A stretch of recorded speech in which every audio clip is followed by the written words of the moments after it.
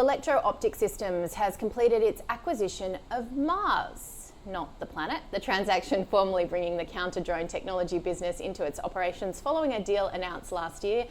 The company saying that MARSS Needa command and control platform is already deployed, protecting critical infrastructure in the Middle East from drone attacks.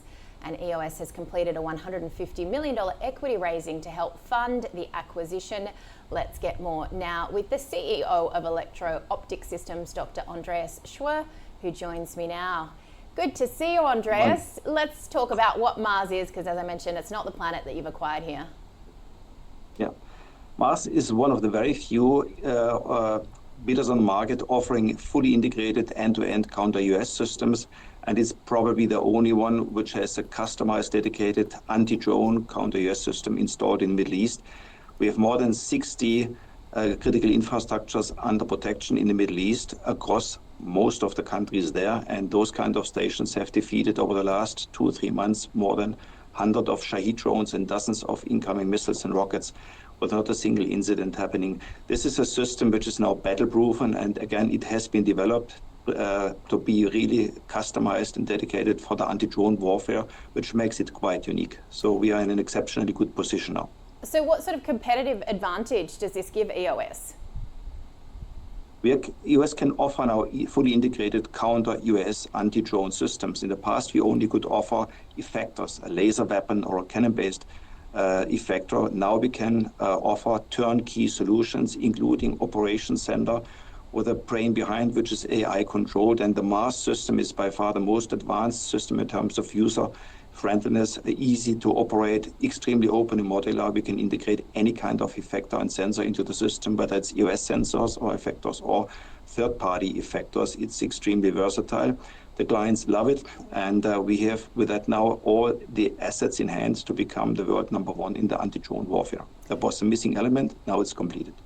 And how much demand have you seen, particularly given what we've been seeing in the ongoing conflict in Ukraine and, of course, in the Middle East? We have seen a tremendous change to the positive in terms of anti-drone capability increase. When we started the acquisition of MARSS beginning of this year, we have agreed on a deal which was based on an earn-out model, which was kept at 500 million euro order intake. Meanwhile, we had to accept to increase this cap to 700 million euro order intake.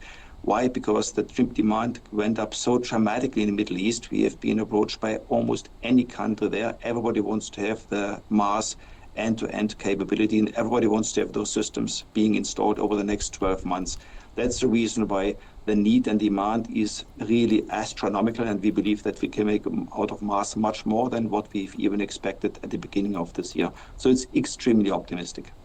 So extremely optimistic. You, though, do have a rapidly growing contract backlog. So what percentage do you expect to convert into revenue, and what sort of time frame would you be putting on that?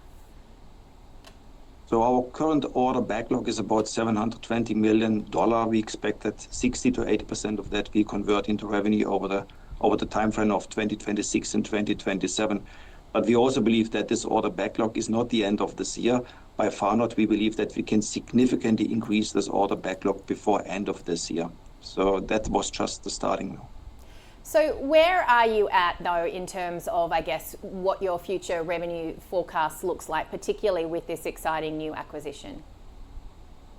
I mean, we do not formally give guidance, but we expect that obviously our order book, which is already 3-4 times as big as it was last year, and it will significantly again go up before end of this year.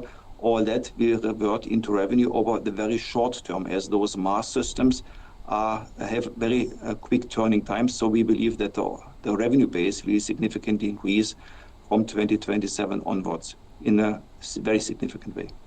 There is some concern from investors that defence companies can become story stocks before the cash flow really starts to catch up. What would you say to that? That's definitely not the case for us, because again, we have delivery timeframes of typically 9 to 12 months for MARSS type of end-to-end systems.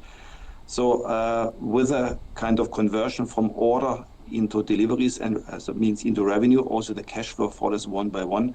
We have in all those contracts a significant upfront cash, so the cash flow is positive from day one. And again, as the completion date usually is 9 or 12 months after contract signature, that means also the cash will be in our hand over those very short periods of time. This makes this MARSS system different from the classical defense business where you have turnaround times of 4 or 5 years. That's not the case here. And in particular, as most of our active clients are in the Middle East, where there's an absolute imminent demand, we can expect that we have a very significant impact again on revenue and cash short term.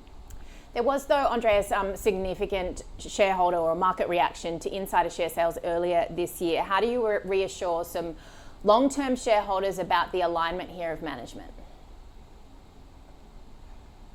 We have always said that our strategy is to become the number one in the anti-drone warfare and to become the number one outside the US in the space control or space warfare business.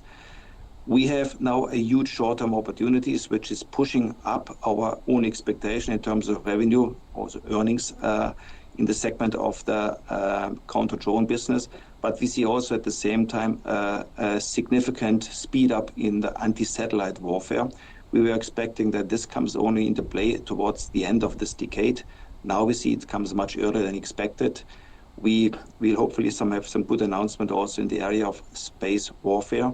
And with our new family of Atlas products, so that means ground-based anti-satellite weapon systems, we will be unique in the world. Unique in the world, maybe even including the United States of America.